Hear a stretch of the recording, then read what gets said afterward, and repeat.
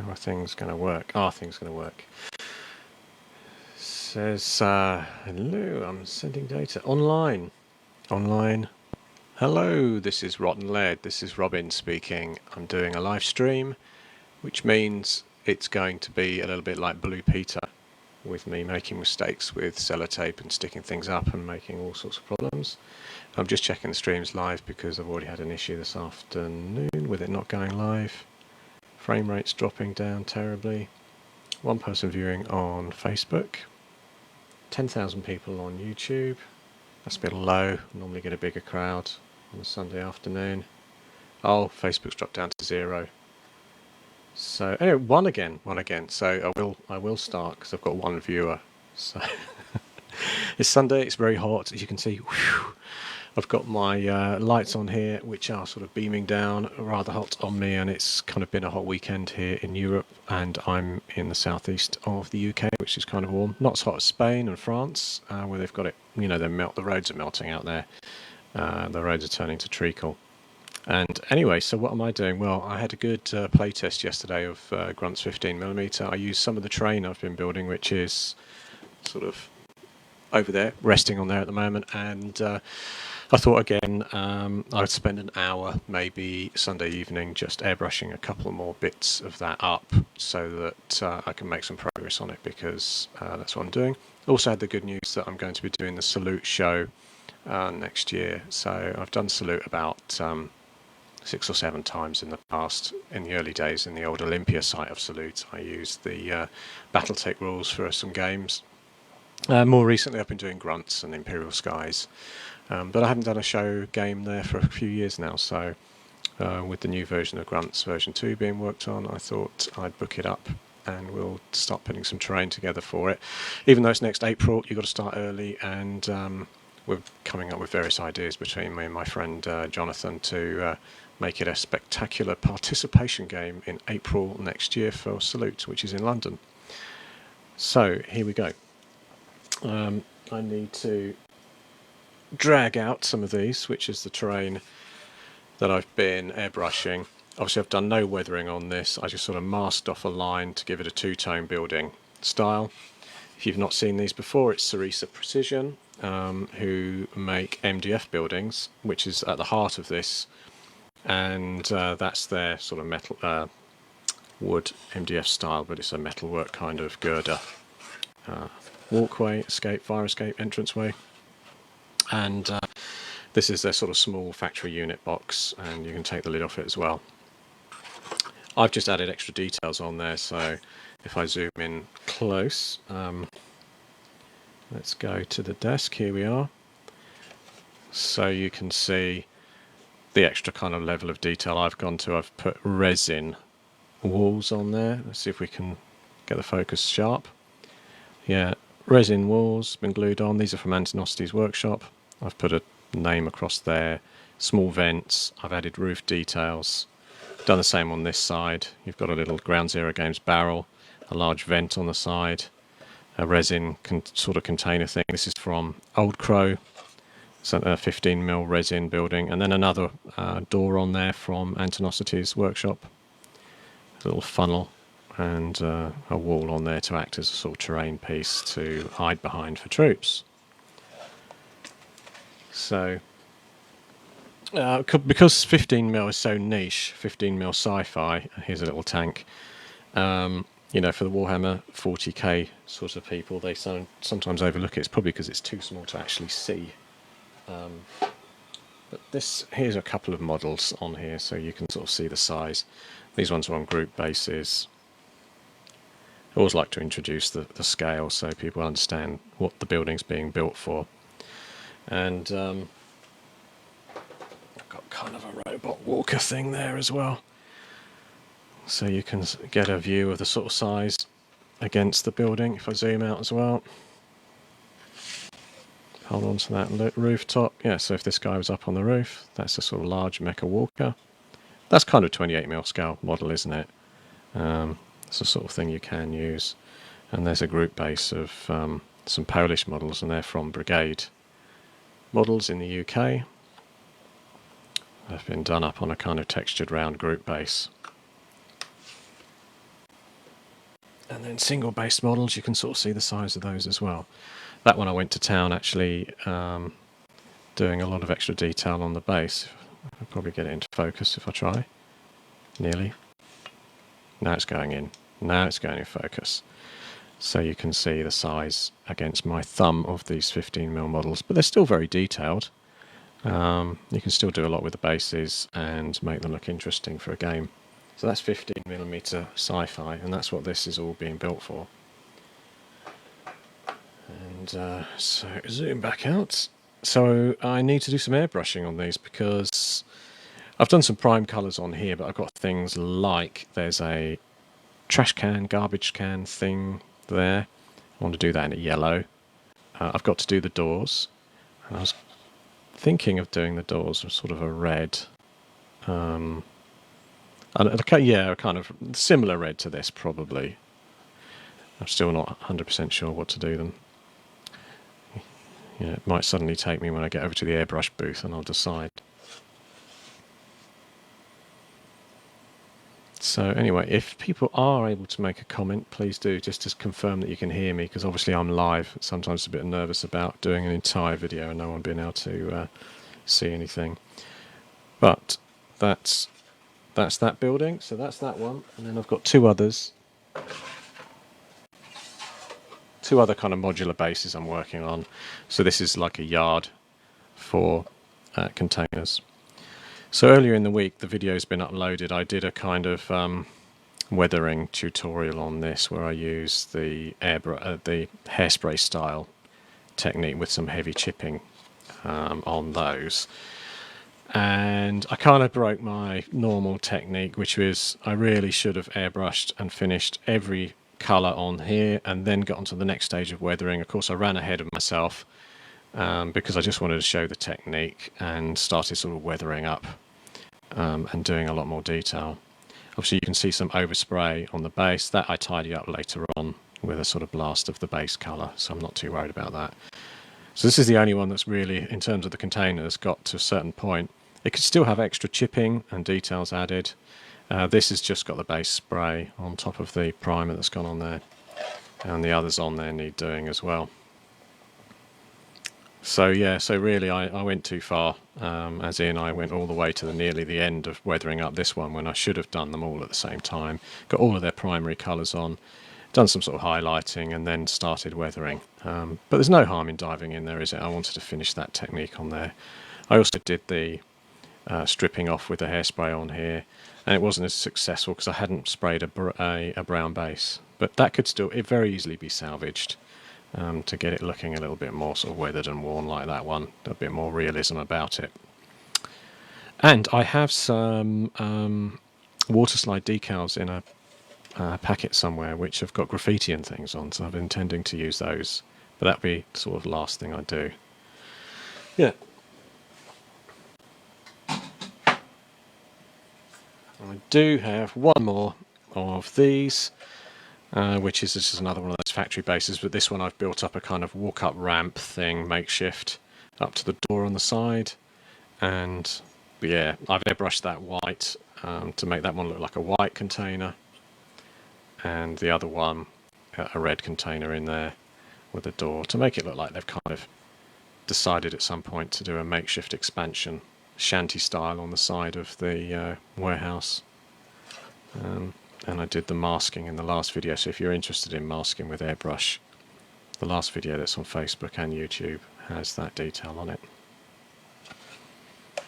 Right, I'm just going to check the chat just in case I'm missing conversations from people. I don't think I am. No, I can't see that, but I am going to press a button that makes a comment come up just to see that it is working, so that will happen in a moment. So what else am I going to show? Here's another new thing which I haven't revealed yet. It's just sort of part of my process here because I haven't got on to this stage of the work. I want to finish those 3 modules I've got there before I do this sort of whalebone style of warehouse. So this is a Japanese kit for N-Scale, Tommy Tech.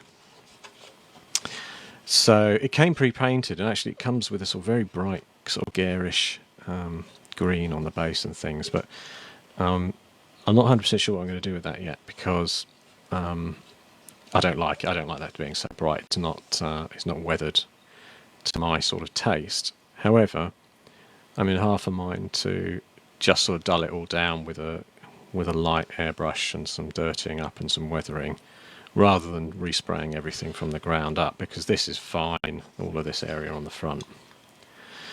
And what I have done is I've augmented it two ways. Firstly, there was this one way in here, and this back entrance was open, and I had an old massive door. I don't even know where it came from. It was just in a tray, it was made of resin, so I just sort of leant up there, glued it on, and then also added some old breeze block style bricks, another piece of roof type terrain, and a little bit of corrugated plastic I had there, so miniatures can sit here. If it's a fire base, I put two of these resin containers in as well, kind of opposed to each other there, on the basis that during a game, because you've always got to have this in mind when you're making bases like this, I wanted to be able to move things through easily. I wanted to be able to access my hand if I'm using this in a game. I wanted to be able to offer cover and areas that the models can sort of be placed on, just because that's how you play, isn't it? You want to sort of move things around dynamically and give them fire zones and fire points with cover, but at the same time offer a degree of mobility through, so that the whole thing's sensible for a game. So yeah, that's Tommy Tech with a UK company called The Scene did these two containers, the same containers I've got on that module that I showed earlier in the video, and I've just put those in there so you can see from the side, again offering cover, and this back wall, that's never going to open, so that's another sort of covered zone with the entrance there. Worth mentioning, because this was N scale, the doorway was minuscule, too small for 15mm sci-fi, so I put a Ground Zero Games door on there. Obviously it all needs painting and weathering in. Yeah, so this one follows on in terms of the process after I finished the last set, and I'm sure if you've never seen one of these before, everybody's going to get really excited about it. But I don't know, we'll see. We'll see. Okay. I'll pop that away because that's further down the road in terms of creation time. Yeah, so just because I'm just generally bantering away, I'm going to switch now to me and say, right, yeah, we had a great game of Gruntz version 2 playtest yesterday. I'm probably 75 to 80% there on the rules in terms of the changes. It's then just all the work to put it into the book format, new artwork, because I want to do it as a kind of a proper relaunch of version 2, because it was 2012 when the first Gruntz rules were published, so it's been plenty of time to give it a proper reboot rather than just an edit. I wanted to do it properly. So showing you that, if I go to my Raspberry Pi, which is a fantastic little single board computer, I'm running a little version of Linux on here with Raspberry Pi, and it's nice for doing these sort of stream videos on. I always like to mention Raspberry Pi because it's a British single board computer, and fantastic little machine. So I've got a gallery which I'm building up of some of the playtesting and some of this terrain which you're just familiar with there. So if I try and find the sort of top-down view, here we go, and zoom into that from the game yesterday.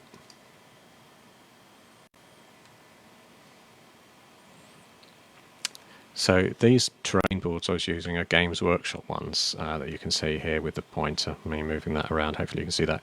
I even used this piece of warehouse terrain just to sort of play test with it really, which I was just showing you before with the warehouse. In fact, when you put these things down on a big table, they're all lost, so it barely even looks like they're unfinished. But I think you can see this area is unfinished. You can see my airbrush overspray on the edge of there.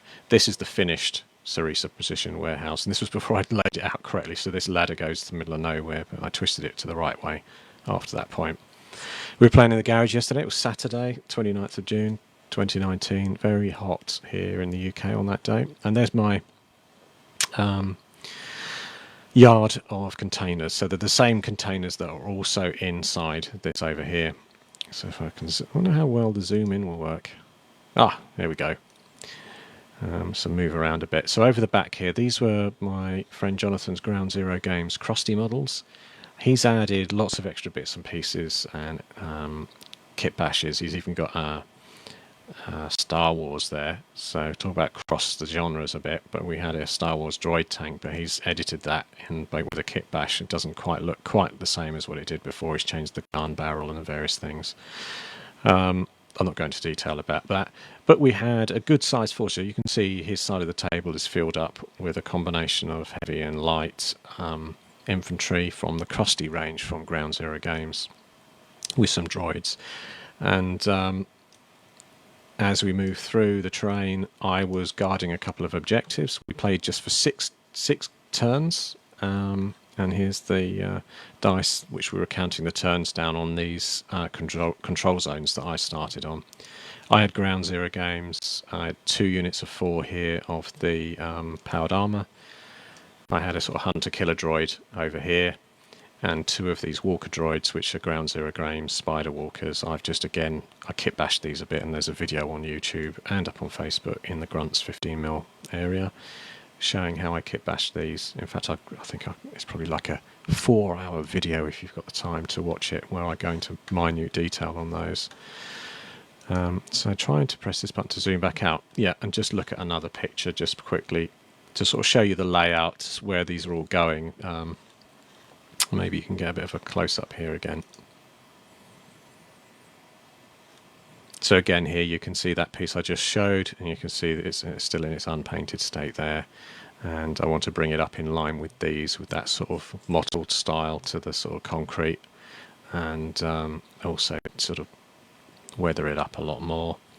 I'm not going to go for that sandy colour that I did on here. I'm keeping the stronger, bright colours, but they will be weathered down, so they have that future retro look, which is the best way to describe it. You know, that Fallout kind of look. So they could be on a frontier planet somewhere, prospect planet, or they could be on Earth somewhere in a sort of near future, however you want to do it.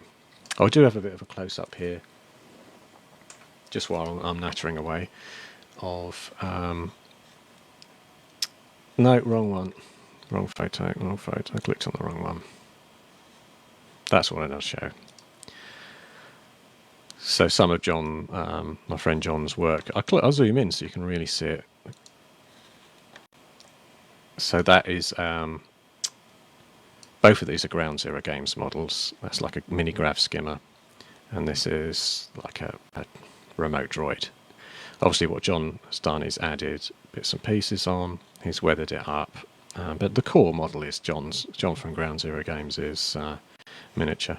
And in the Gruntz Wars we're using this as the commander, because he has his crusties, which are these sort of prawn-like aliens inside power suits sort of dotted around. He plays them as them being sort of controlled by AI type technology that leads their forces. Not necessarily completely mind controlled by them, but it's droid forces that offer the sort of main support. So the squad leaders are also these mini dish-like flyers there. So I'm not noticing any comments coming in. So, and although I've got 5 viewers, so I'm wondering whether my Facebook page can show me some comments if some have come on there that I'm missing out on. Just see if just a momentary. I'll flick to another quick shot of one of John's nice images. And these are the other spider droids that Ground Zero Games do in 15mm scale.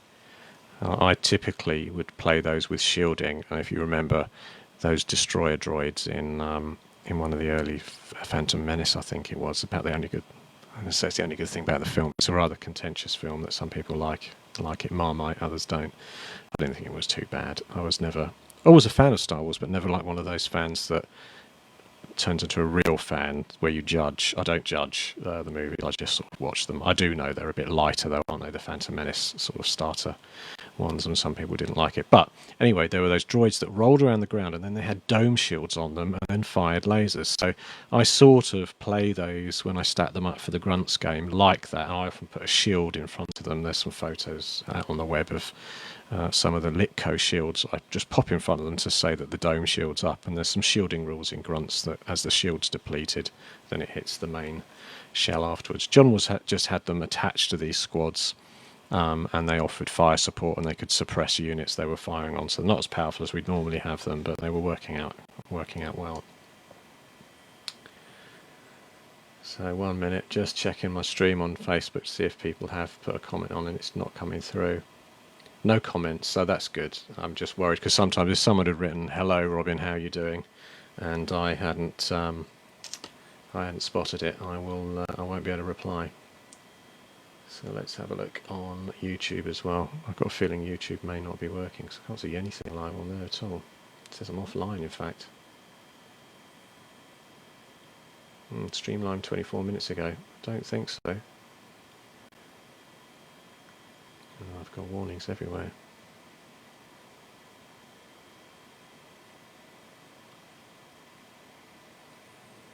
Just going to try and kickstart YouTube again. Sorry, I know it's like delaying things while you're staring at these. Here's another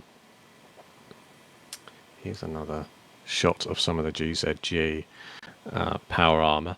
We've got them 3 to a base just to sort of spread them out. Normally I do 4 to a base, but there's no harm. If it's a power armor, you can't really squeeze them on the 40mm bases quite as easy. However, they worked out well for us, and they were my kind of elite troops with heavier armour. So they did survive right through to the end. I think one of them got wasted by a tank strike, but otherwise they were fine. So yeah, general overview in the end was that the crusty forces did swarm us, and they had a lot more left at the end, but my tank was still in business.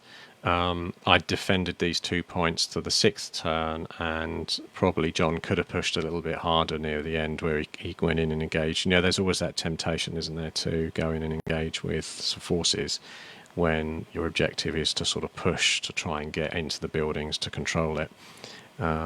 Because you're always worried that you're going to get wasted when you get there. And in fact, there was an incident like that. We had about round 4, some of these crusties had got all the way up the ladder. This was badly located at the time. We did twist this building round. This actually led into this building once I just replaced it. And they got all the way up onto here to get into the building, and my, I can't remember what it was I had. I had a small APC with a rotary autocannon. In fact, I reversed it up here and then shot the crusties up there. They then actually failed their metal test, which means they ran back about one movement, about 4 inches back in this direction. And then finally, they had to make a second test because they were broke on their metal. They get one more test on their next activation on round 5, and it failed, so they just ran and split completely, removed from the table. So it was the closest they got. They were literally at the door, and there were power armor as well. So I was lucky to have a Jeep that just reversed up and cleared them before that happened. So it was close in many ways. Just, you know, on the 5th turn, I just managed to repel them. Right, so that's me chatting away about those things. So now I'm going to go over and do some airbrushing. Switch back to me first. Here I am. Okay, so my airbrush booth is sort of over there. I have to switch between this mic here, and there's a mic over the back there as well. And I'll see how I get on. So let me mute this mic.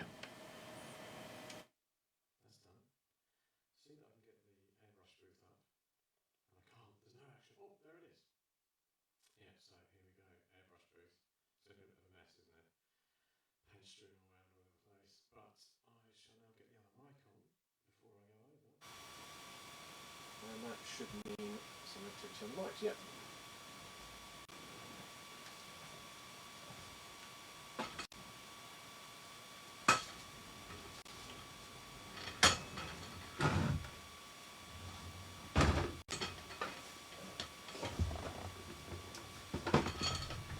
Hello, here I am.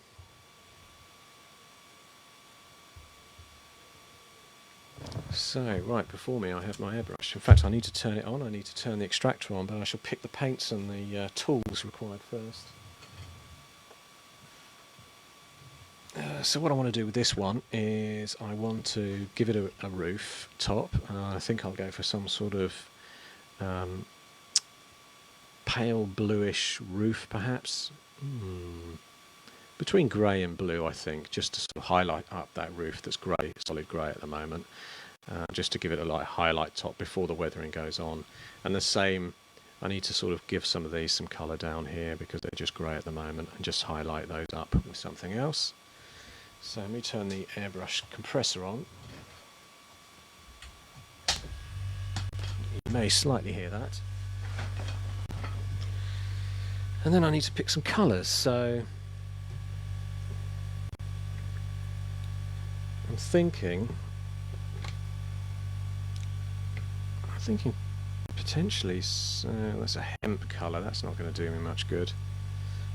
Or let me see, green brown.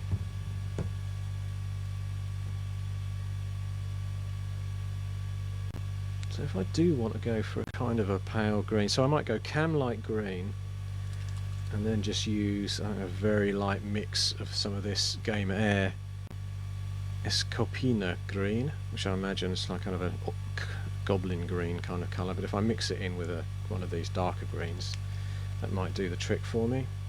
Well, I have even darker green over there. That's like a Dark Angels green. They've just called it dark green. I don't know if you can hear that slow hum. That's my airbrush compressor, because it's got a reservoir on it. It kind of comes up to pressure. It takes a little while. I have another green here, Sick Green, another Game Air. That looks like a better candidate to potentially use as the base. It's not much different from this, just this Verde Clara Cam Light Green. It's very similar. I know it's a newer paint though, so given it's a newer paint, I may actually use it. So here's the airbrush. It's a Iwata HPC Plus. It's missing its lid. It's just going to be around here somewhere hopefully, but if it's not, I can still use it. No, there it is. And then I've got an airbrush booth which is inside. In fact, the camera here, which you can see, is pointing down through a hole in the airbrush booth. And also for the benefit of any camera fans, I've got what's called a skylight lens, skylight glass on the front of the lens, so that the the worst thing that could ever happen is to get your, which is happening obviously because of the airbrush on there, would be to have the air and the paint to spray up onto your camera lens and ruin it. But if you have a skylight on there, you can keep that clean, and the skylights are quite cheap, so it's going to last me a couple of years probably before it dirties up. So now just turning on the airbrush booth so you can hear that.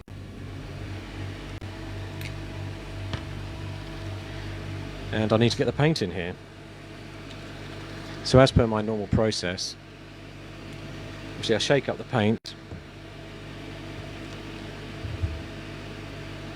and then I use some of the airbrush flow improver, Vallejo, and this just keeps the flow going and stops things sticking up in there and thins the paint a little bit as well. Doesn't do any harm to the paint, and I put it in first as a drop because I like the first thing to go through the airbrush to be sort of as thin as it can be, but obviously I'm going to stir it up in there as well with some cocktail sticks. So these are obviously dropper style paints. I know that I'm going to be doing a reasonable amount of this building and probably some of the other in this green.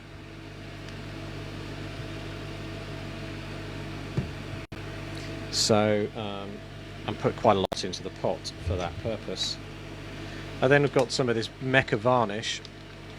This is just a gloss varnish, and because I'm going to do weathering and things on here, if you add some of this gloss in, it helps with any weathering stuff you put on afterwards, to have a mix of that in there. And then because that's all kind of now not really stirred together, and you'd end up with not a very good consistent stream, I use a cocktail stick. And I mean, I say it every time I do these videos, you can't airbrush without a cocktail stick to hand really. I just find them really useful. You know, you don't want a metal stirrer that could scratch the body or something in there. And I've used this I've had this airbrush now for 9 years, and I've always used the cocktail sticks in there. It's not caused me any problems. So one thing I was doing the other day is using this bit of card, which I still maintain here, to just blank off areas. So when I'm airbrushing, I'm not being scientific with this. I could mask off everything in detail, but because you're just trying to get the terrain done, I'm not going to spend a long time worrying that I'll get overspill. I'll get overspill, I know it's going to happen, and that'll just be part of what I have to deal with when I'm weathering later on. So right, well, this pops off for a start, and I'll practice this green first on this roof before I splash it over the whole thing. Also, as I noticed when I'm doing modular terrain like that, it is a bit of a pain moving the big base in and out of this airbrush booth. You end up with a bit of a tricky situation on your hands. Right, I'm just going to put this to the side while I put my face mask on. So I just got this little face mask. Even though the airbrush is being sucked out through here and filtered, it's best to put a face mask on.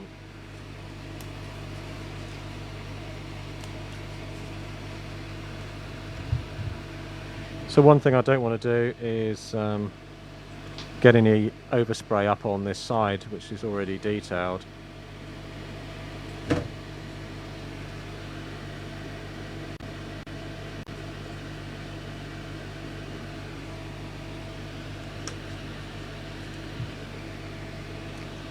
And having a little bit of tissue to hand means you can spray on there first.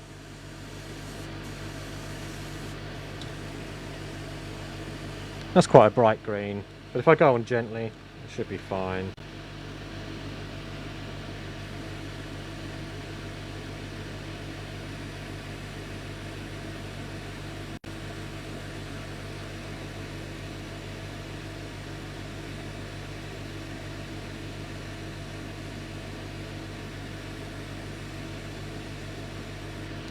And with this layer of colour, I don't really want to totally kill the fact that there's a grey underneath.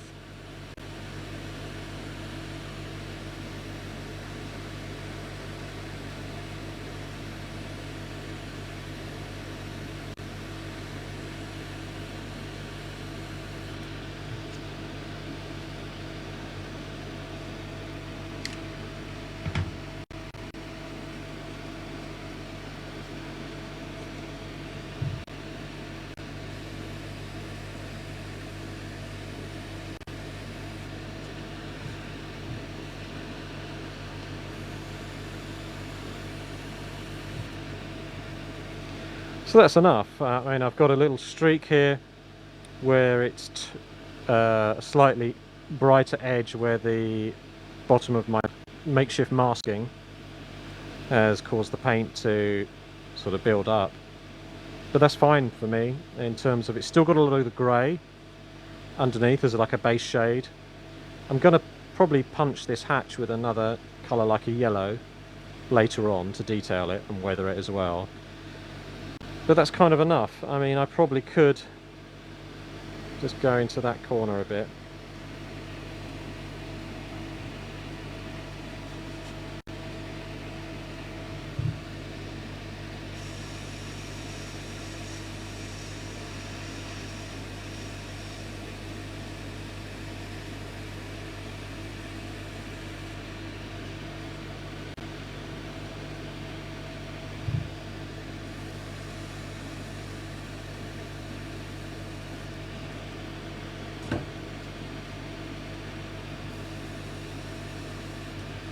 I mean, that's the same with all airbrushing.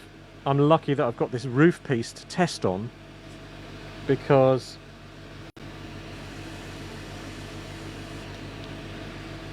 I wouldn't want to spray the whole top of that, the rest of the building, and then not be happy with the green. So use it on a small spot first and go from there. So that's enough for me as a quick job, and I know I've still got the grey in the shadows. That's fine for an industrial work building top.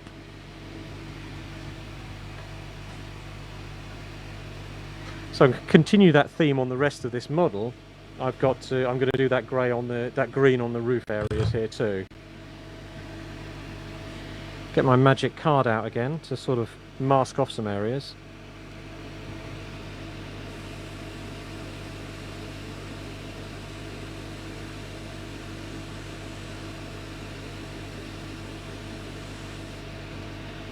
And there's an important difference. I mean, I don't know how well you can see that in the picture, but when the airbrush goes over a white base, you get a much nicer, stronger, brighter colour.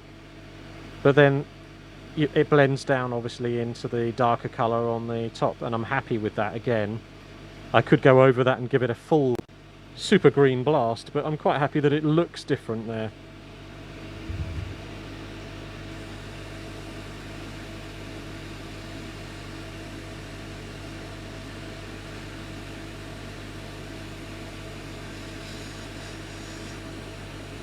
And obviously the other thing with airbrushing buildings is I've got some tiny details that you may or may not be able to see, which I'm pointing at here, and they are something I can colour in later on with a normal brush.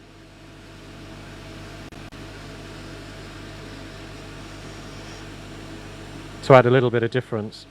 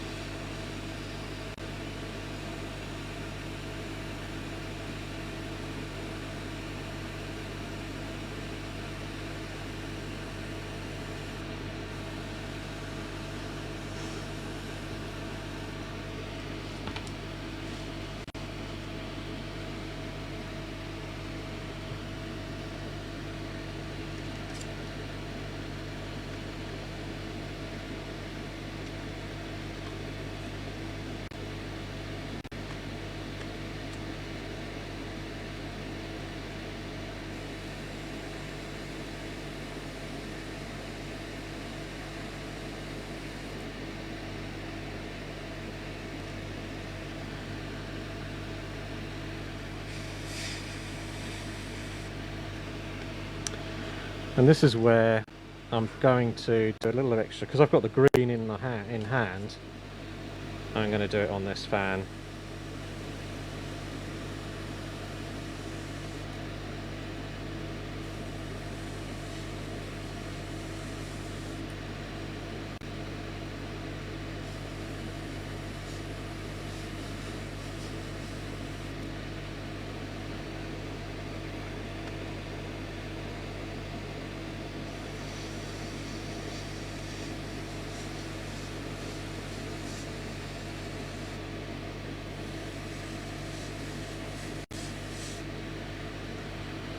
Just to sort of match the colour scheme on the other side. Again, it will be weathered up, so it's not going to look as bright as that.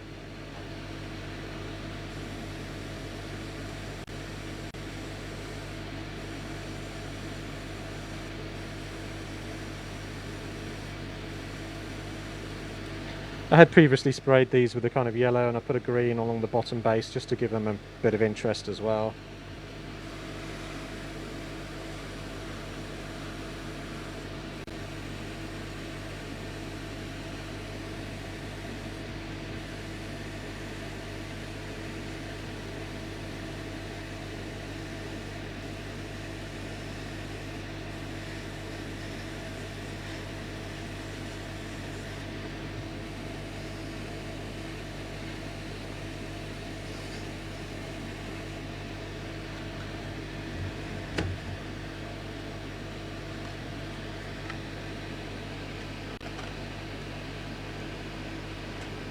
Struggling with my makeshift masking card.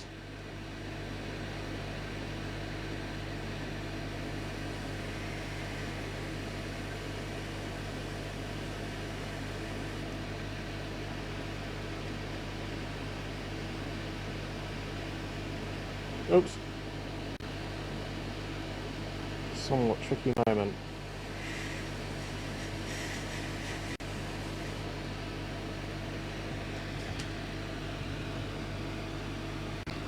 You know what, I'm going to do the door.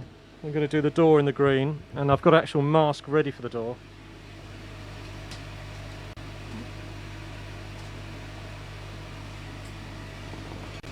A little bit of a plastic card that I've cut to the shape of a door, and then I can just stick it over. I mean, it's not perfect.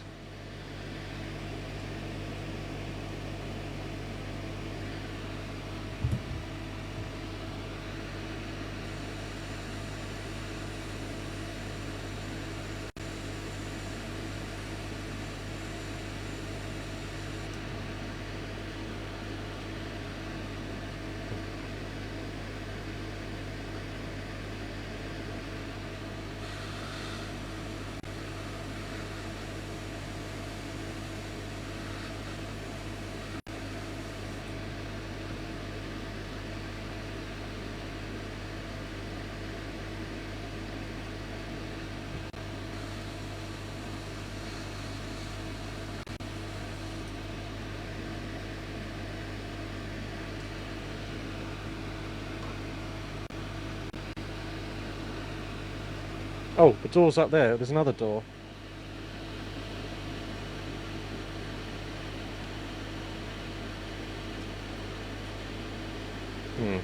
This is not so easy.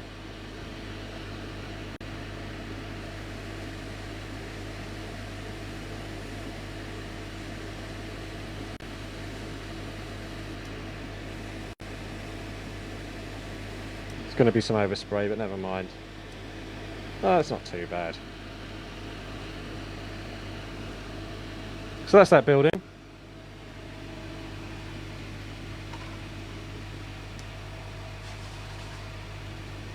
Because I've still got the green in the airbrush, and this is a standard procedure all the time. Still got a load of green in there. I'll just use some to finish these containers. I'll do myself 3 green containers to go along with the rest.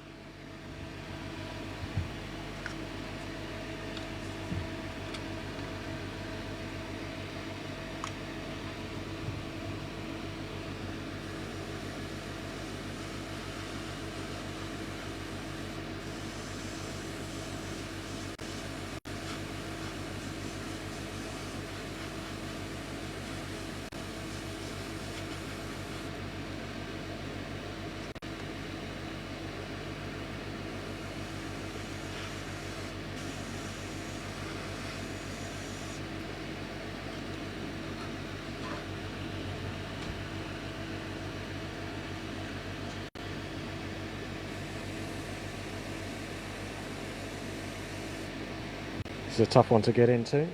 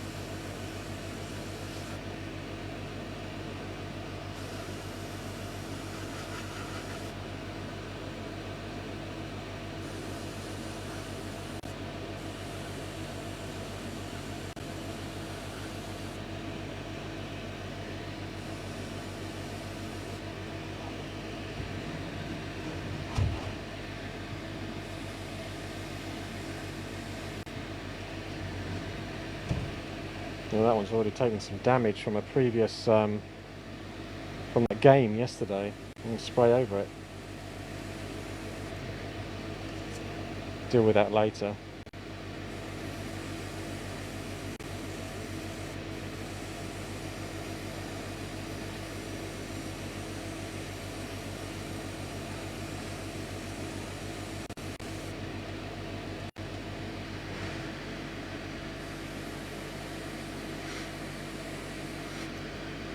May actually just spray some on here as well.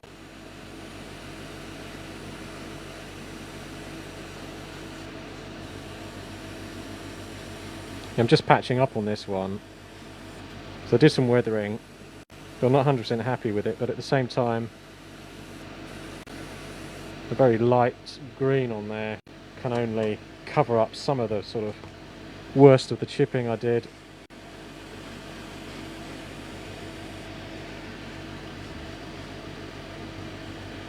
Right, these two are going to be a bit hard to get to in here now.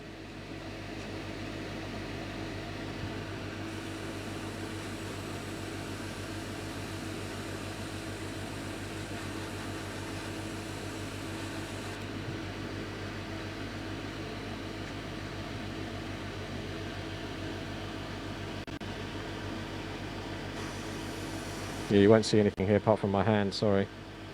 Oh.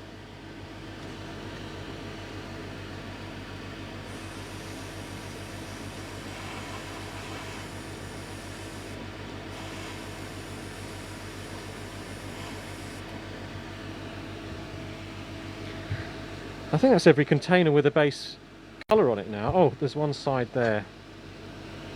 I'm going to just freehand this, I'm not going to mask.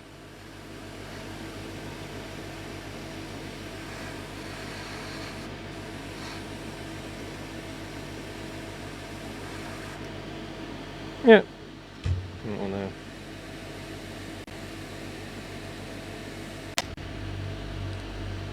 So that's all the containers done. They all need weathering and maybe a little bit of extra colour. They need some logos on and various other details, but that'll do.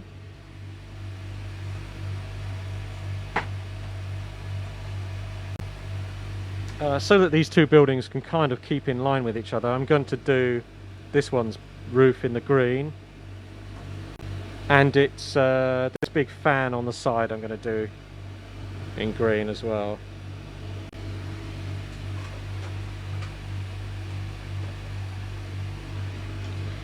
So this one's a little bit more visible.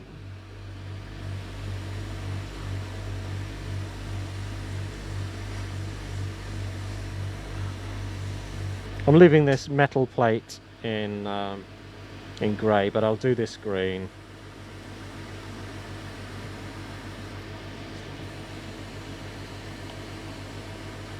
This piece of gubbins is the top of a terrain building from 15mil.co.uk. They do a nice range of like building pods, and they have these really nice features like this, and I just took it from there and added it on top because it looks very sci-fi.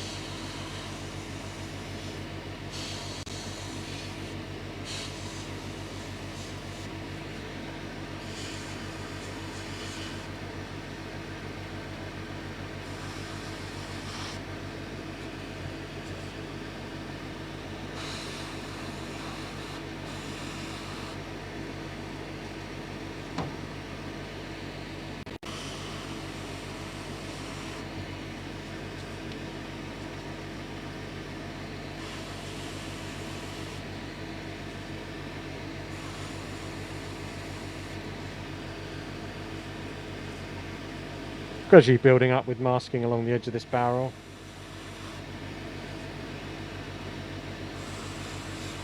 Again, overspray is not the end of the world because weathering will sort that all out.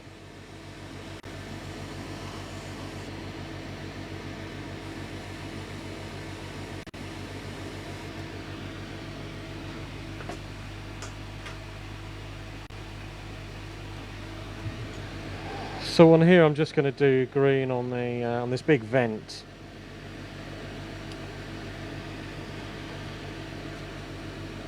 I may just do the inside of it actually.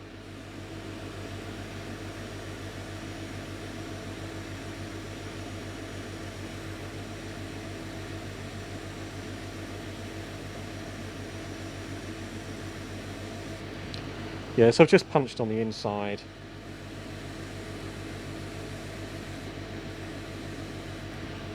Keep the rest in the white. And so since I have some of this green with me, there's a little barrel down there. Why not do the barrel?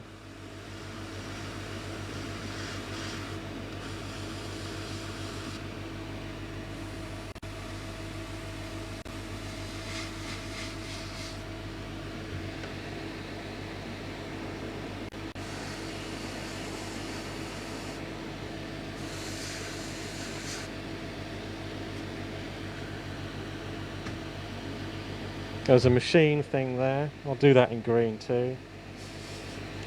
Better mask it, better mask it. I think this is like a Japanese drinks dispenser or something.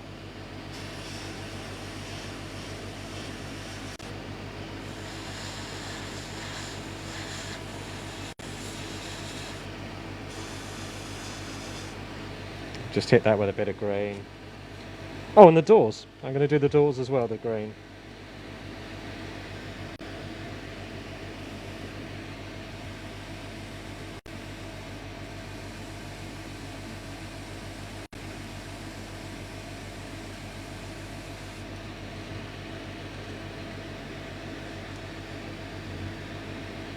Now this one's going to be difficult to mask because it's on top of there, so I'll just have to be careful.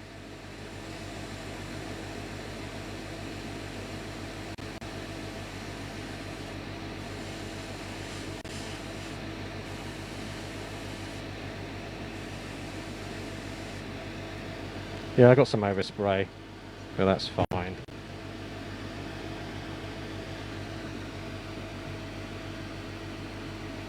And there's a door on this too, so to keep it in theme with green is door, I'm going to go onto here.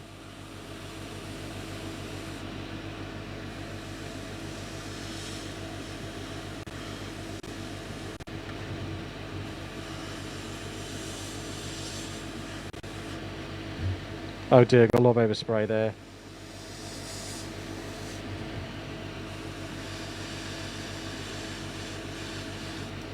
That's fine, I could have masked that off really, but again, it's not the end of the world. Small amount of overspray, do no harm.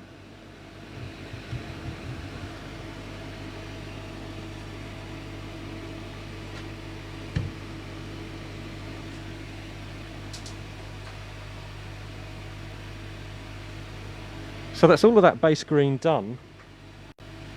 So I'm going to wash out the airbrush.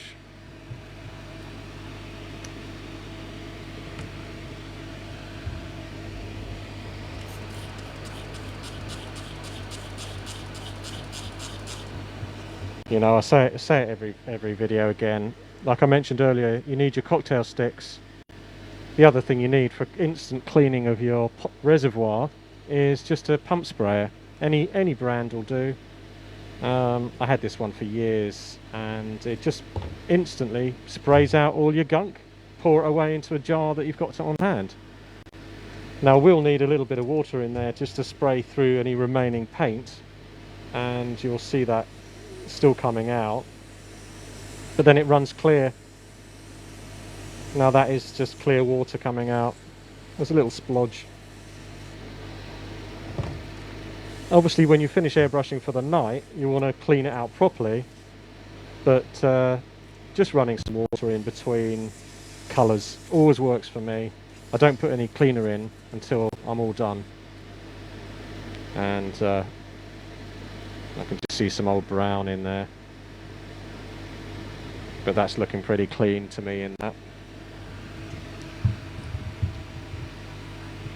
So in the world of airbrushing you can blend up colours really easily.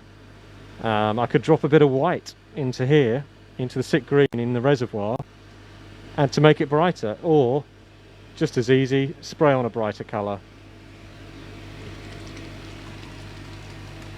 I won't need anywhere near the same amount of this because this will just be very subtle.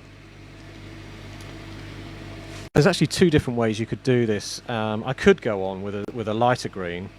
The other option is to use a darker green and darken up those areas, and I quite often find myself doing that. So working on a building like that one, I may spray on a light bit and then go, oh, I really want some darker shade, and then you can just go over again other areas with a darker colour and the whole thing will blend together nicely. But I will use a lighter to start with to lift the colour, because I'm generally going for quite a light looking terrain, modern, sci-fi-ish, and then weathering it down from a light position. It's always easy, I find, to weather it on a light colour, because you know, if you've got a dark chocolate browny grey and then you're trying to weather it up with rust colours, it's already browny grey, so you know the rust isn't going to show as much. So I tend to like to go light and then weather down the dark colours. So there we go. I'm just going to use this green. It's a very bright green, so I'll have to be careful not to go over the top, otherwise I'll end up with a very bright situation. So probably got just a few drops of flow enhancer, flow improver, then the colour, don't need as much, and then some of the gloss again, the mecha varnish I use just to make it easier to weather. Put quite a lot of that in there, that's going to thin that down a bit. And then another cocktail stick to stir it up.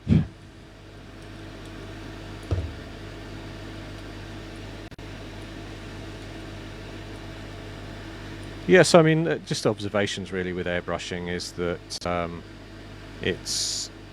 it can feel quite daunting if you haven't airbrushed before. Obviously I've been doing it for years. I'm no master, but I've got a few methods that work for me in terms of how I clean things, and you know, they're pretty much the same for everybody. Look at any YouTube video on airbrushing. And there's that paler colour coming through for me now.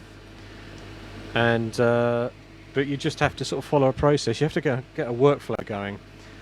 I'd say it's actually, I would avoid doing it altogether if you're someone that doesn't have a dedicated area, a workshop or a hobby desk or something somewhere you can use, because it's daunting to get it all out. I mean, it's always like that with your paints, isn't it? Anyway, you know, normal paints. If you're in a household where you know, if you're male or female and you're ruled by your spouse, you know, everywhere has to be perfect. Well, you're doing your blasted paints out again, dear. Put them away. Go and deal with your child. That kind of thing. Or walk the dog. What are you doing getting your stupid toy soldiers out? Any kind of grief that you get from your other half, be whatever sex they are, can make it difficult to do your hobby. And if you've got a dedicated area, definitely helps. So I would advise, don't get an airbrush unless you know you've got somewhere you can come and do it, because otherwise you've got to get all this junk out, you've got to unpack it, you've got to get your paints, you've got to get the extractor out, you've got to get the compressor on, and it can be a bit of a challenge. So I'm back to this one, because this one has been directly drying in the background, and so why not hit it with this lighter green? Obviously, I told myself earlier I should start on the roof because that's less dangerous. So this is quite neon, I think. So I'm going to have to be very careful. We'll use my mask again. And I'll just gently go on with this, just on the corners with a tiny blast to highlight.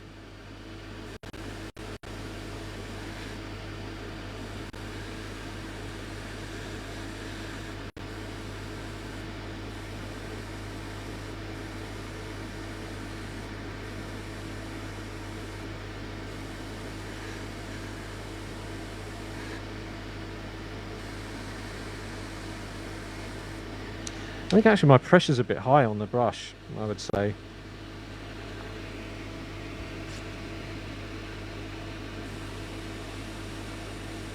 I just noticed it is quite high. I'm going to reduce my pressure somewhat.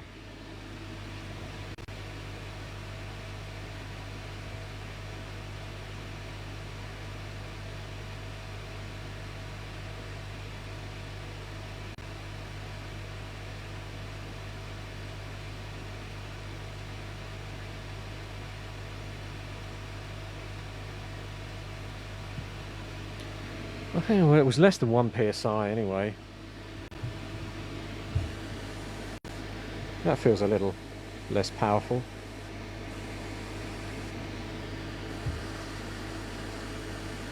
And I'm just going on edges. There's nothing scientific. It's just, well, it's my experience of this. Generally highlighting up in certain areas. I'm not going on too heavy so that it just gives it a bit of difference in certain areas.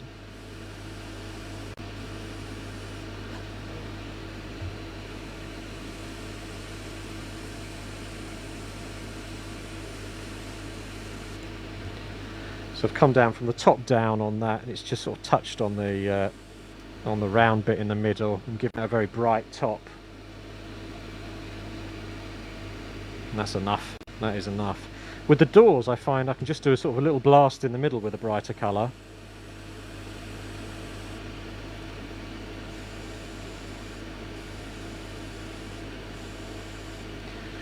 And that's enough to sort of give it a bit of a difference.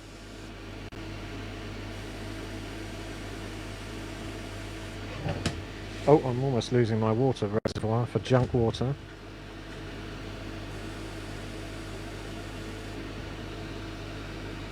That'll do. Oh, one more down there.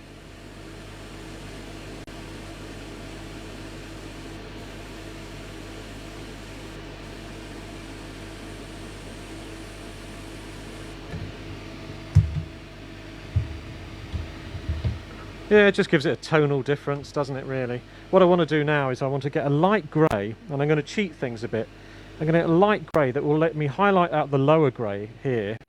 But the light grey will also shadow in some of the areas on the white that I've got on the top. So I'll be getting double whammy from one reservoir of paint, because I'll use it to highlight up the dark grey whilst also shading a bit on the white.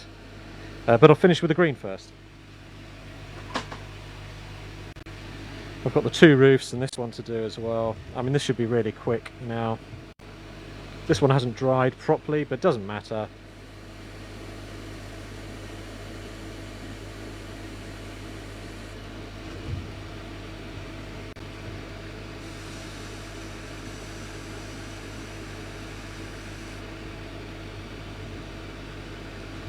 This is going to have to take a lot of weathering on here. I'm going to rust that and chip that up, oil it up, make it look a real mess.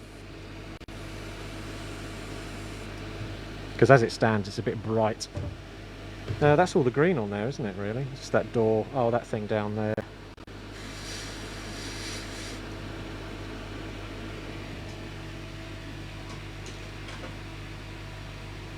And then the two roofs, and again, I'm not masking this time because it's just subtle amounts of this going on.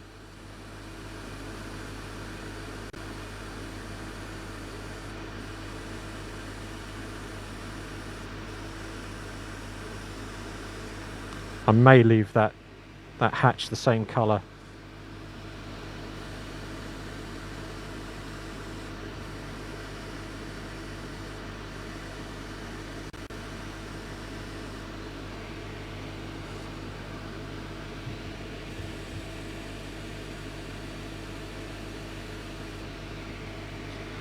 You can see again the grey is still under the... oops, you can't see. I'll show it close up in a minute, but that's fine by me.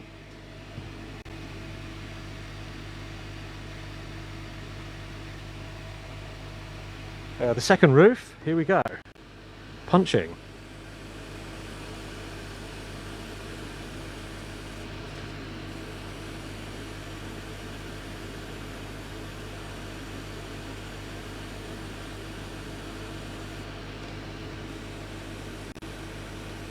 So you can go really far with this because obviously I've knocked a green onto the grey that was there, then I've knocked this brighter green onto the top of it, and I'm highlighting from top down, and it kind of looks quite nicely tonally. It's gone from a nice dark grey up to the lighter colour on the top. You could go even further. You could, but it's just a building, so you know, and it's for wargaming. It's not presentation showcase style. So I'll just leave it at that.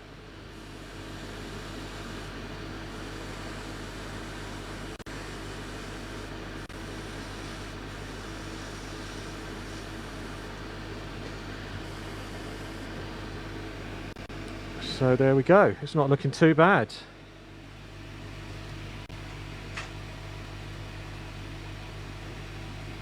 So I don't know where else to use this green now, and I've got some left.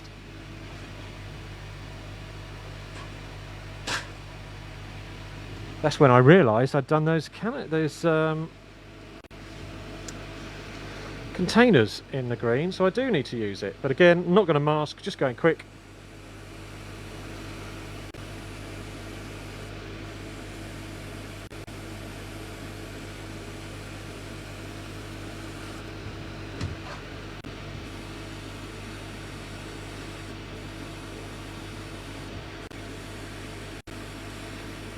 And that's the beauty of airbrushing. I had a kind of semi-failed chipping technique on here that I was messing about with, and I'm just sort of covering it up a little bit with the green, as if someone had tried to splash some extra paint on.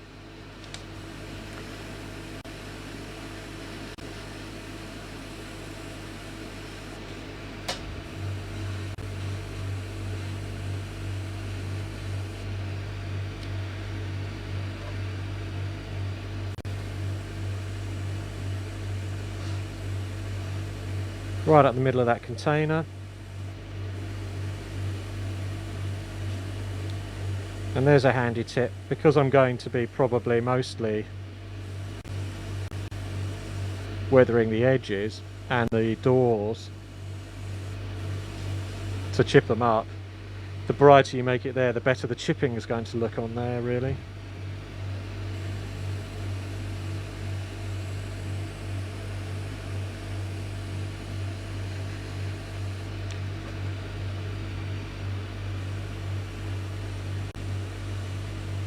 Went on a bit heavy there.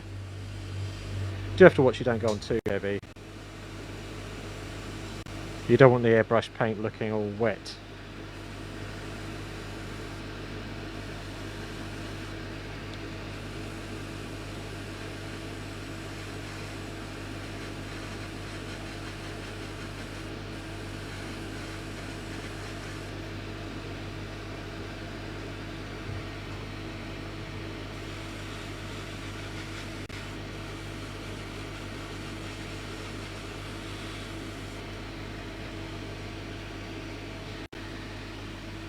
Well, that's it for the green, I think.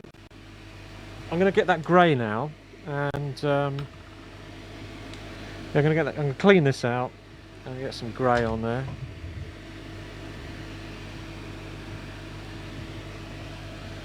So classic pump action style again to get that out.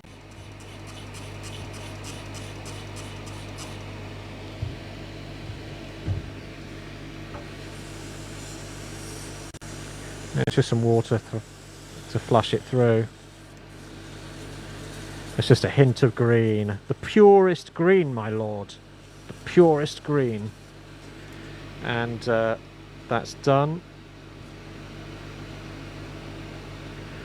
So I now need this grey that's like a mid-tone grey, which is going to darken my white areas whilst also lightening the grey areas on the buildings, because that'll save me doing any other colours.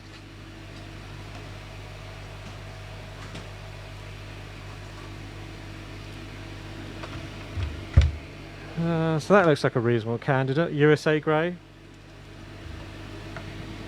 So there you go. I've got very dark grey at the bottom and a white at the top, and the USA grey will probably be halfway between them, so I can add some colour differences and shading to the white, maybe paint spray in there or something, plus also edge up on some of the grey bits to lighten it a bit, and maybe I'll use that same grey on the top of the funnel.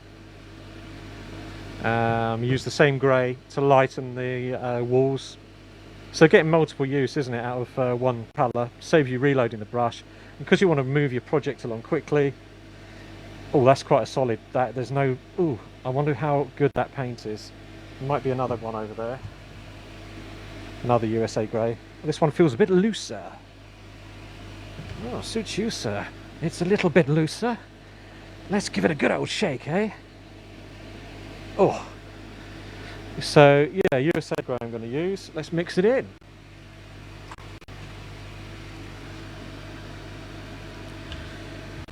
Right, so back to this standard practice, because again, if that is a cloggy old paint, this USA grey, I want to make sure my flow enhancer is in there, providing me good thinning.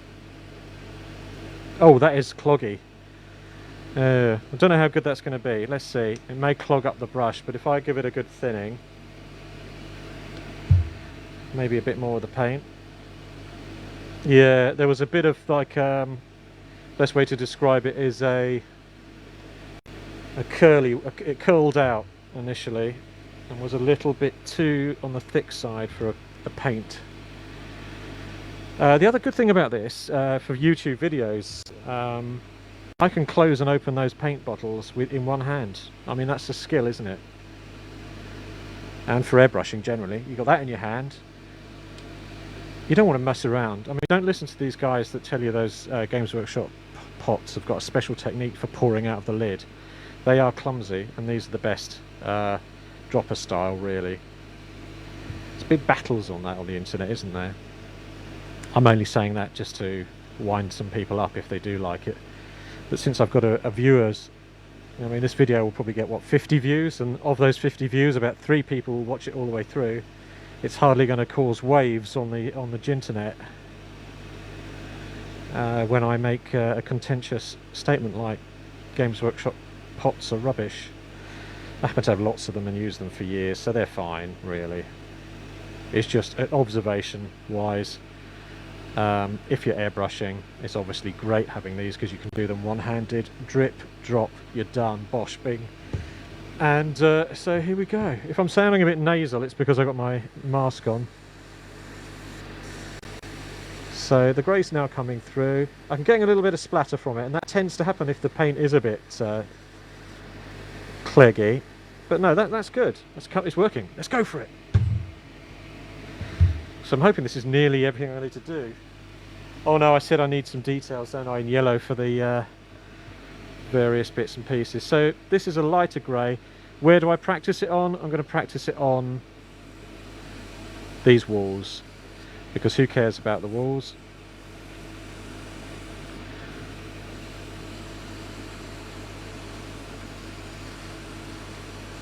So this grey is going to darken my white areas, and it's going to lighten up those walls just to give them an extra tone.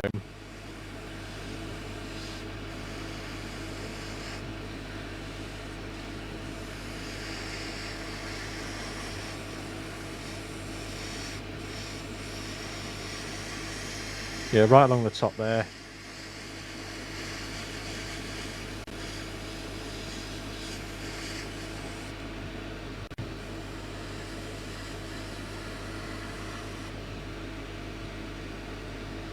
So I'll darken this white on the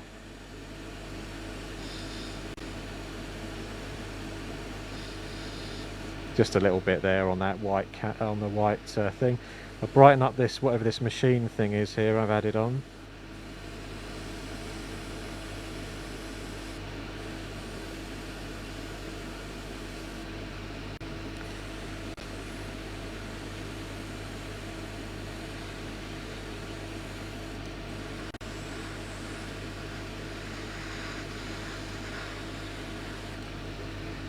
I don't want to go over the top on the building, it's just little highlights on the edge really.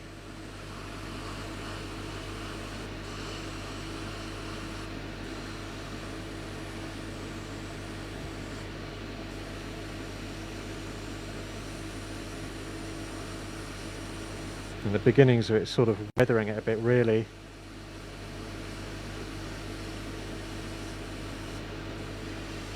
When it goes up onto the white,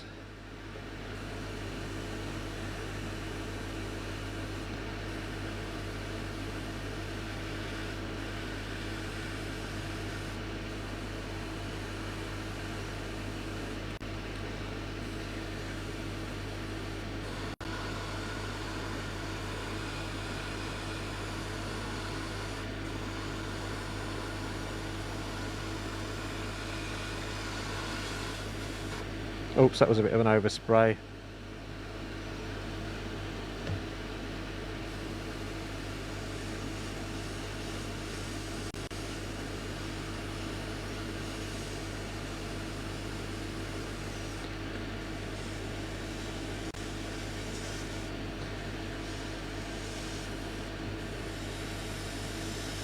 Oops, too much power.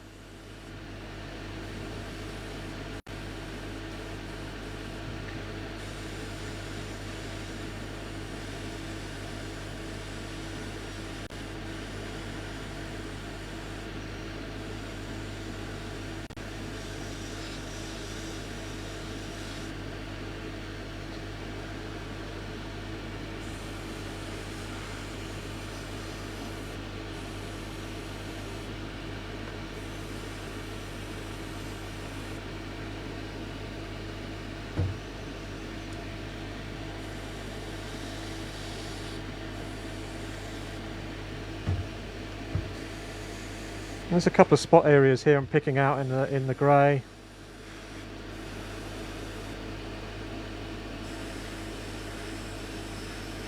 To break up the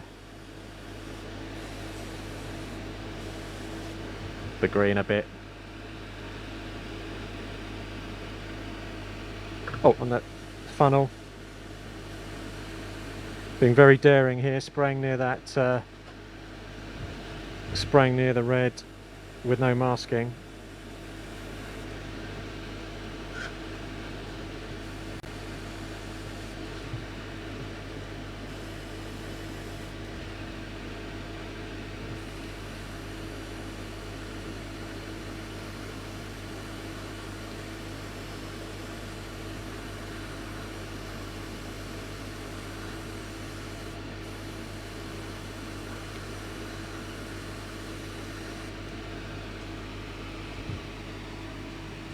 Yeah, probably along the top of the roof there as well.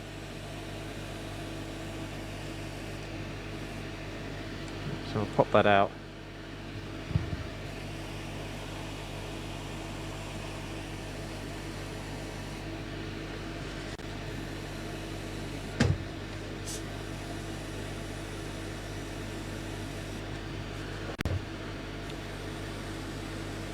It's getting there.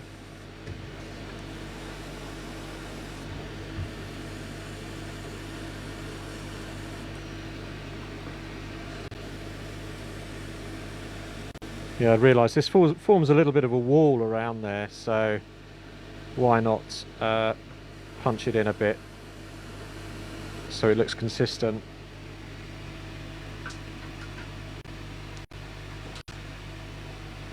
So even though this is blue, I'm going to use the same sort of grey.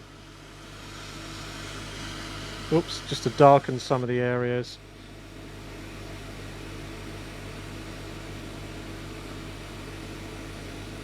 Even though it's kind of on a par with the blue already. Oh, and the funnel. And the wall.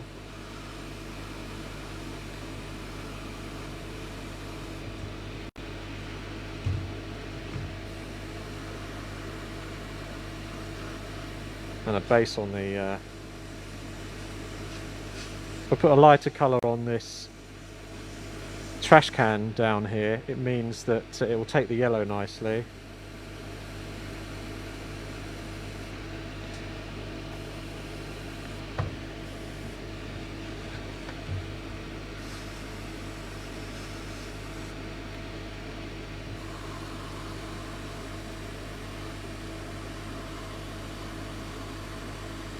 And then trimming the edge of that roof again, because that's visible when the roof is inserted. This is visible as a tiny lip, as a wall.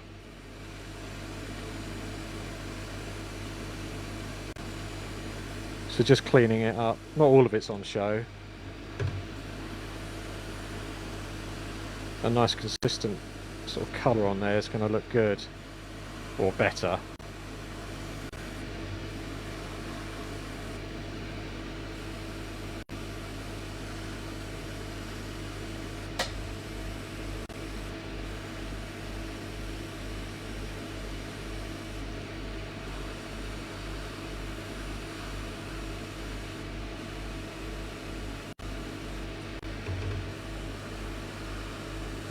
It's just taking down some of the brightness of the white, making it look a little bit more dirty and smutty. But the weathering later on will do that even more.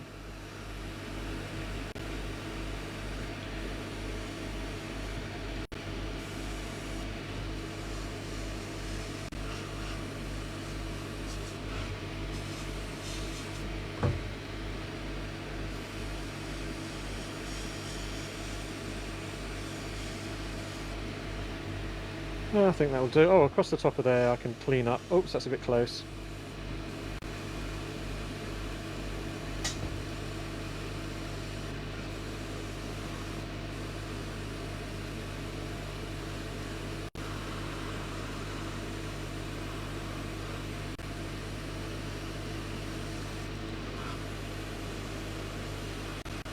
It's a bit of a clean-up job there, but it's kind of brought it all in, looking a bit grey and messy, which is fine.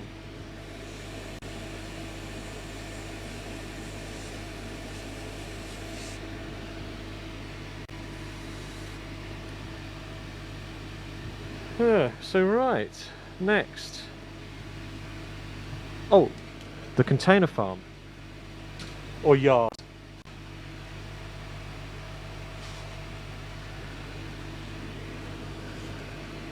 So, right, I'm going to do it on the blue to darken the blue. Well, it's not darkening the blue. That maybe isn't wise. I'll definitely do it on these canisters.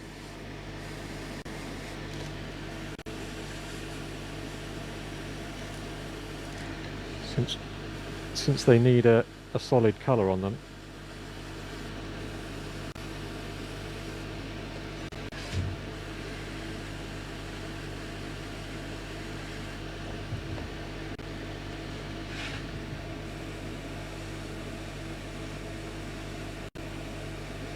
I'm getting quite a lot done tonight. I mean, it's boring for any viewers, obviously, because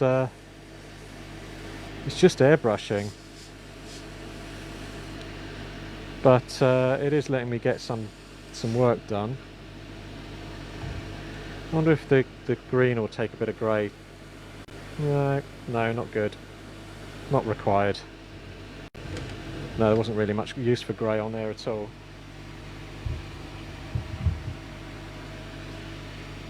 Right, clean out the airbrush and then I'm done. Well, done airbrushing for tonight anyway.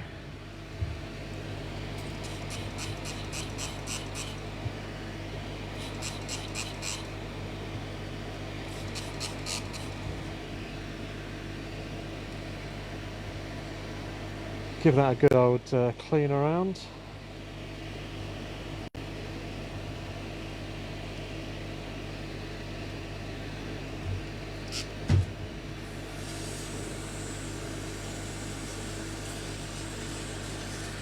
That's it, and it starts to nearly run clear.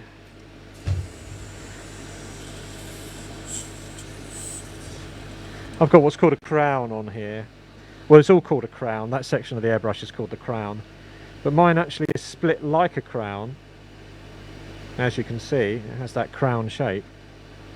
And the benefit of that is that you can get closer to the object, which is good for small scale modelling.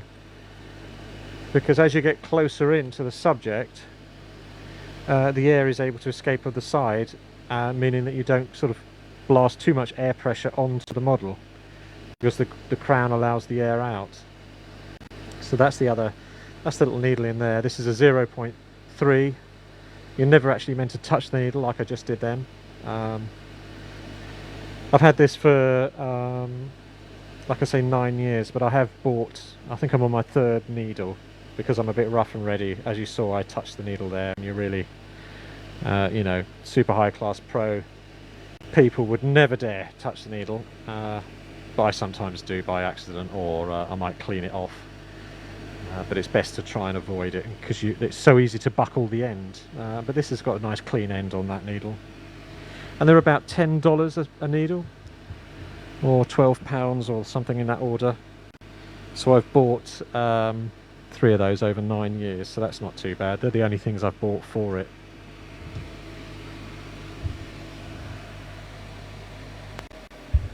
Right, so that's the compressor. So I'm going to go back to the other desk.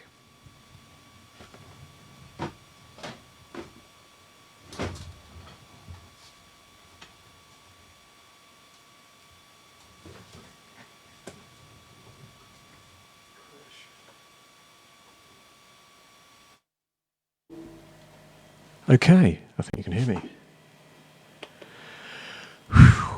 So that's where I was, over there at the airbrush, and I mean, it's like going into a submarine or something when you may notice I've got a very hot nose, hot face. Phew, I could do with a tissue actually. Just, it's a hot evening here in the UK, so obviously when you're on an airbrush compressor and you've got a lot of lights beaming down on you, it's tough. So I've just checked the stream now. I have got 2 viewers. I'm online. I think YouTube isn't working, frankly. Just says stream is offline. That's a shame. It's so unreliable, this streaming, when you're doing things. And you don't... I mean, you try and organise it and you click all the right buttons and then it says API disconnected, all sorts of challenges. So what have I built? So if I get that up, I've got one of the roofs here, and hopefully, because in the airbrush it's really hard controlling the focus because I'm having to rely on the camera doing that for me. I'm sure it's sometimes getting a bit challenging and difficult for viewers to see the airbrushing, but since I'm doing it live, just, you know, I've got to get on with it. Hopefully one day I'll have that organised a bit better in terms of the compressor. So my little dog has just woken up and she's down here, so I'll just show her off. So yeah, this is Rosie. She's a border terrier pup. How old are you now? About 13 weeks, 14. Big yawn because she's just woken. And yeah, I just like to bring her on here occasionally, mostly just for myself, so that I'll be able to see her grow, because I'll check back onto these videos at some time in the future and go, oh, there she was, look how small she was. Yeah, so she's a Yorkshire, not Yorkshire, Border Terrier, and they're quite a feisty little breed. She's known to sort of nip and run around like wild in her wild moments occasionally, but she's quiet at the moment, aren't you? Yeah, that's good. So that's Rosie. I'll put it back down. Oh, she's only making me hotter. And yes, so let's zoom in onto the subject. Enough of that. Down to the desk. Picture and picture off. So you can see how rough and ready my airbrushing is. See if I can get that into really clean focus. So you can see the nice sharp trim on there from when I masked that off the other day. Obviously nothing's weathered. And you can see in here that that green has sprayed down and left some of the grey in the corners, and that's totally deliberately, because if I brought the airbrush around to this side and shot in that direction, I'll lose that shading, and that's a little bit of cheating, really, as in like you've got a nice shade without having to do any hard work, because I just did all the airbrushing from one direction. So I came in like this. I did trip round to this side to do, along the edge there. I didn't do that because I'm going to do that as a sort of a metal steel plate deck kind of thing, just to make it shine on the edge there. And obviously the grey's gone on the top of the funnel now, and you can see I've got some overspray. If I get something a little bit more pointed than this, where's something that's pointy? A brush. Dirty old brush. So yeah, so you can see I've got some overspray inside there. No big deal. When this is weathered and I put sort of oil stains and what have you in these areas, that'll just cover up too. I will paint these bottles in a slightly different colour, and just to sort of highlight it up. Otherwise that's one rooftop section. The other rooftop section, I was explaining, I'd gone really bright up to the top on here, and again this is going to take some nice washing. You can see a slight shine to it, and that's because I put that gloss mecha varnish in there. And I went down from the top on the very light green, and obviously it's still also, like the other bits, got some grey in sections around the back where I didn't sort of punch the base green too heavily on there. And the other thing with an item like this is that to finish it off, maybe a slightly different console, a bright blue console on there. The odd spot detail will really bring it into focus. And the same with these bottles. If I do those in like a sort of canister colour of some kind, yellow maybe, it'll go nicely with the green. Got a tiny machine gun there. Again, that will highlight up. And this is the steel plate decking again, which I'm going to do in that sort of metallic-y colour. The N scale walkway there, which is an N scale subway walkway. Early on in the process, I had that white I'd put on there and then masked to do the red over the top. And when I had that white, I sprayed a bit of white down into the centre there to give it a look like sort of bright at the top down to a thinner piece there. And now with the green on, so sort of give it a kind of green steps. It's still giving it that sort of interesting colour. I mean, it's not exactly scientifically amazingly detailed. And you can see as I went around this, I was using the masking card, and some of it is missed. Didn't get green into every corner, but again, I'm not worried.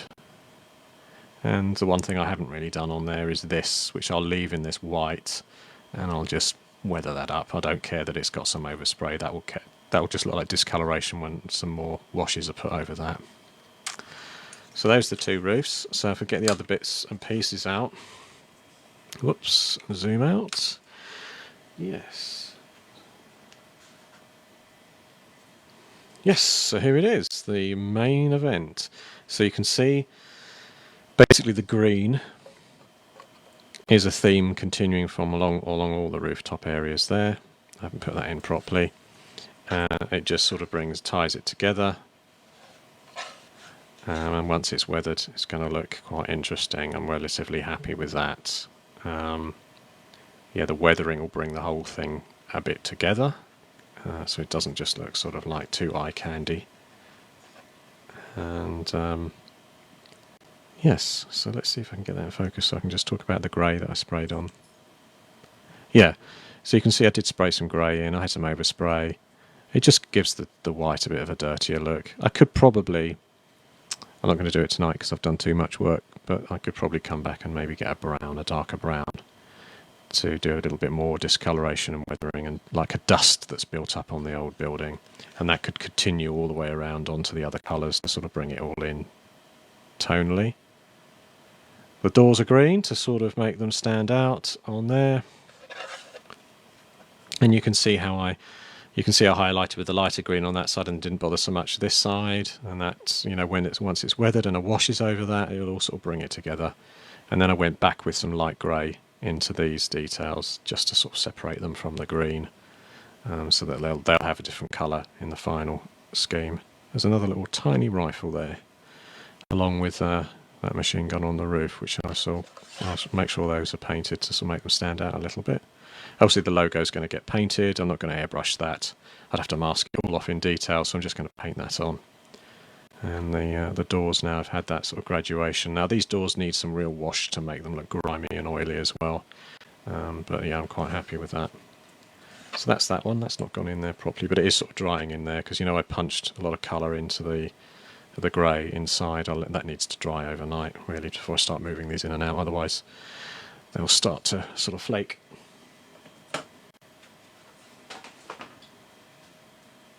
The other building, so I will gently put that lid in there. Ugh. Oh, it's gone in. So yeah, just spot green on this one. Again, that will be weathered down so it doesn't look quite as bright.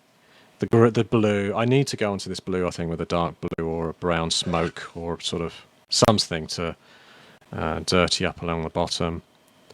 But still, you know, it's going to tone down. You'll be surprised how much it will tone down once I've done the weathering phase.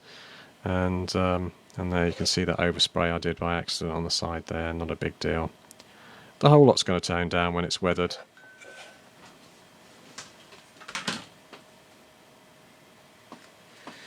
And just one I prepared earlier, so you can sort of see, that's how I'm going to darken the metal plating on the top.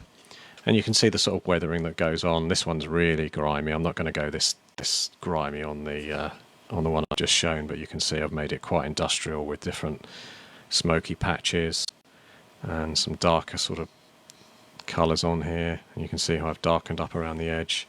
On the back of this one, the door is green to make it stand out. But then I've got all sorts of grimy looking barrels and things on there. And so yeah, that's an end result. That's as far as I go in terms of detail. And that's a piece that goes on to the other one. You can see I did that with some silvering on to make it look metal, because it's quite difficult when you've got something made from wood and MDF. It does have a tendency to stay looking like wood, even when you paint it metallic colours. But there you can see the kind of heavy weathering I did on that. I'm not going to go as heavy on these new ones, but I will do quite a lot of weathering to sort of bring the tone together. Oh, and the last one, the containers, the shipping containers. So I've got all sorts of things to go on these. I've got decals to add. These are going to have a really nice, the wash will go on these really nicely, like a dark pin wash will go on all of those areas nicely to sort of bring out the detail. Maybe some dry brushing. And you can see those green ones in there are standing out quite bright, but they'll need to be toned down. In fact, what I hadn't done is I haven't highlighted up any of these other ones, but I think with the blue I'm going to darken them, and I think maybe even with this I'll use like a dark smoke colour on these to darken these as well, rather than highlight them up like the greens. So yeah, it's all coming together. A lot of overspill on this one from the other day. These are going to look good, I think, once they've got I've got some graffiti water slide decals to put on. I've even managed to find, because this is Maersk blue, I've managed to find Maersk logos. So they'll go on the side of the blue ones on a few of them, and I'll weather them up too. So that's those three. Right. Yeah, that's me tonight. So what have we got? It's 9:25. Time to finish up. And I'll continue these to completion soon. Right, thanks for listening. So it's been about an hour and a half of me doing some airbrushing, which I mean it's quite dry material, even though it's wet, to watch. But I appreciate it if you have watched through and you don't mind subscribing, or at least signing in and joining the 15mm Gruntz Sci-Fi group on Facebook, so that you can watch out for other videos like this. And that's me for tonight. Have a good week. Starting the week, it's Sunday night, so have a good working week if you are working. And I'll see you soon. So I just need to stop the stream. When I find the button, let's do that. Toggle all off, so get ready for it. Goodbye. Thanks very much for listening.